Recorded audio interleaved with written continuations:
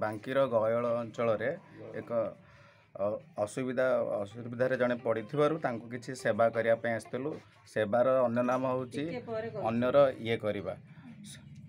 ସେ ନାହିଁ ଆମେ ସେଇ ଆଠଗଡ଼ ସେବା ଫାଉଣ୍ଡେସନ ତରଫରୁ ଆମର ମ୍ୟାଡ଼ାମ୍ ଯେତେବେଳେ ଖବର ପାଇଲେ ଏଇ ନ୍ୟୁଜ୍ ଆପଣଙ୍କ ମାଧ୍ୟମରୁ ପାତ୍ର ଟିଭି ଏବଂ ଭାସ୍କର ଟିଭିରୁ ଯେତେବେଳେ ଜାଣିଲେ, ଗତକାଲି ସେ ଆମମାନଙ୍କୁ ସମସ୍ତଙ୍କୁ ଜଣେଇଲେ ଯେ ଆମେ କେମିତି ଯାଇକି ବାଙ୍କିର ଗୟଳ ଅଞ୍ଚଳରେ ପହଞ୍ଚିକି ସେ ମାଆକୁ ଛୋଟ ପୁଅଟିକୁ କେମିତି ସାହାଯ୍ୟ କରିବା। ସେଥିପାଇଁ ଆମେ ଆମର ଯେଉଁ ସେବା ଫାଉଣ୍ଡେସନର ସମସ୍ତ ଆମର ଭାଇ ଭଉଣୀମାନେ ଏକତ୍ରିତ ହୋଇ ଆମ ସକ୍ଷମ ଅନୁସାରେ ଆମେ କିଛି ମାସିକ ରେସନ୍ ଏବଂ କିଛି ପୋଷାକ ଖାଦ୍ୟ ଜିନିଷ ଶୁଖିଲା ଖାଦ୍ୟ ଧରିକି ଆମ ସମସ୍ତ ଭାଇ ଭଉଣୀମାନେ ଧରିକି ଆମେ ଏଠି ପହଞ୍ଚୁ।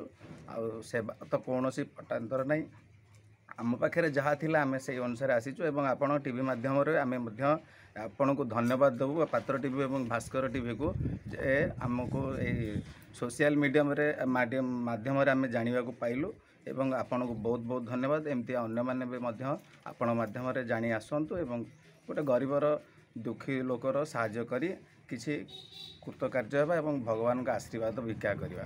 Thank you.